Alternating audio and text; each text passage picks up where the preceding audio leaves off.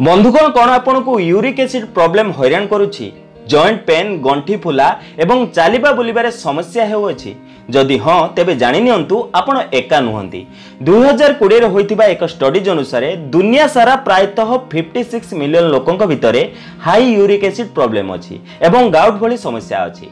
प्राथमिक अवस्था uric acid आपन को एक साधारण समस्या लागि पारे किंतु जदि एहाकू टाइमली कंट्रोल न करा जाए तेबे एहा किडनी एवं जॉइंट रे बहुत खराब प्रभाव पकई पारे। आजिर वीडियो रे मु आपन को एक सिंपल एवं इफेक्टिव ड्रिंक बनेबा सिखेबी जहा कि आपन निज घरे बहुत सहज रे बनै परिबे एवं केवल एक कप प्रतिदिन एहार सेवन द्वारा यूरिक एसिड को कंट्रोल रे रखि परिबे। प्रथमे जानिबा यूरिक एसिड प्रॉब्लम काहेकि हुए एवं यह शरीर उपरे कौन प्रभाव पकई थाए। बंधुगण यूरिक एसिड एक्चुअली एक नेचुरल वेस्ट प्रोडक्ट अटे जहा कि तेबे उत्पन्न हुए जेबे आमे रेड मीट सी फूड बा मिठार अधिक सेवन करती।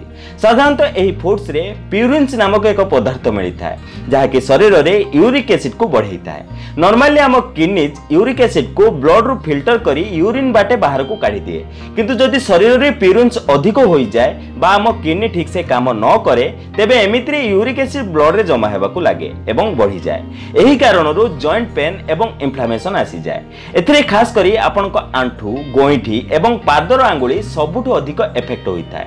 Over the period of time एथिरो गाउट भली रोग उत्पन्न होता है फल आपनक जॉइंट रे असहनीय जंत्रणा होता है एवं यूरिक एसिड रो क्रिस्टल्स जॉइंट भितर जमा हेबाकू लागि जाए। यूरिक एसिड को कम करिया पई विभिन्न प्रकार औषधर प्रयोग करा जाय थाए किंतु कोन आपनको जणा अछि एही प्रॉब्लम्स को नेचुरल रेमेडी एवं डाइटरी चेंजेस थ्रू भी आपण कंट्रोल रे रखि परिबे। केवल आपनको गोटे सिंपल घरे बना जायतिबा रेमेडी आपनको रूटीन रे शामिल करिबाकू हेबो। तेबे चलंतु जानिबा एहाकू केउ सब जिनिस नै बनेबा एवं तापरे हम जानिबा एहाकू बनेबार उपाय एवं सेवन करिबार विधि विषय। एही ड्रिंक को बनेया पई आपनको केवल 5टी जिनिसर आवश्यकता पड़िबो। प्रथमतः आधा चामच हळदी गुंड जहा कि एक पावरफुल एंटी इन्फ्लेमेटरी एजेंट अटे। यह जॉइंट्स रो पेन एवं फुला को जहा यूरिक एसिड कारणरू बढ़ी जाए ताहाकू कम करि थाए। द्वितीय आपनको एथि पई आवश्यक 1 चामच गोटा धनिया।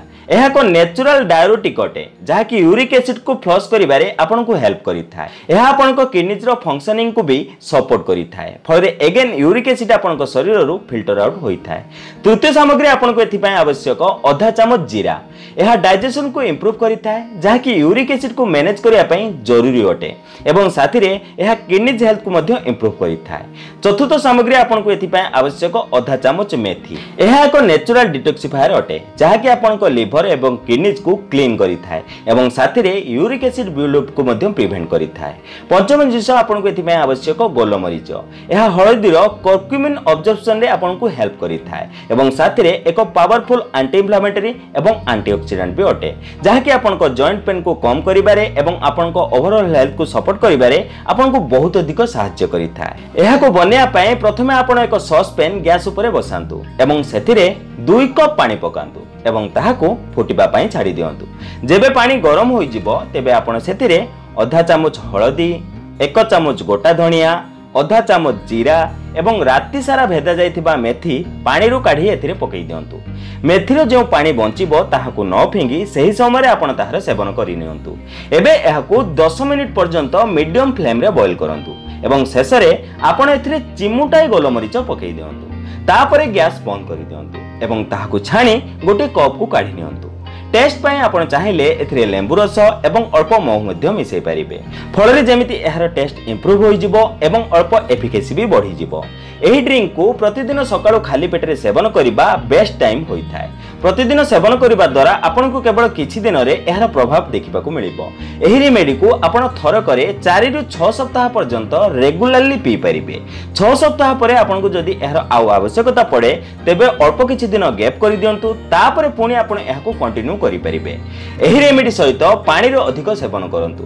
प्रतिदिन 8 रु 10 ग्लास पानी रो सेवन करंतु। एहा आपनको शरीर रो यूरिक एसिड को फ्लश करिबारे आपनको सहायता करिवो। एहा सहित हाई प्यूरिन फूड्स जेमिति कि red meat sea foods alcohol आदि को अवॉइड करंतु। ଏହି ସମସ୍ତ ଜିନିଷ ୟୁରିକ୍ ଏସିଡ୍ ଲେवल्स को बहुत अधिक बढ़ाई पारे सेथिपाई एथुरु बंचिबा बहुत जरूरी अटे। एही टिप्स एवं प्रिकॉशंस को फॉलो करी आपण एही रेमेडी रु मैक्सिमम बेनिफिट्स पाई परिबे। हेले मने रखंतु यूरिक एसिड रोगी खाद्यपेय रे अधिक ध्यान रखिबा निहाती आवश्यक। वीडियो जदि पसंद आस्ता तेबे ओडे लाइक दियंतु, चैनल को जदि नुआ आछंती तेबे सब्सक्राइब करंतु एवं मन रे जदि कोनोसी प्रश्न अछि तेबे कमेंट करी निहाती जणांतु। तेबे बंधुगण आज पई एतिकी पुणी देखा हबो नतुन सुंदर अध्याय सह। धन्यवाद।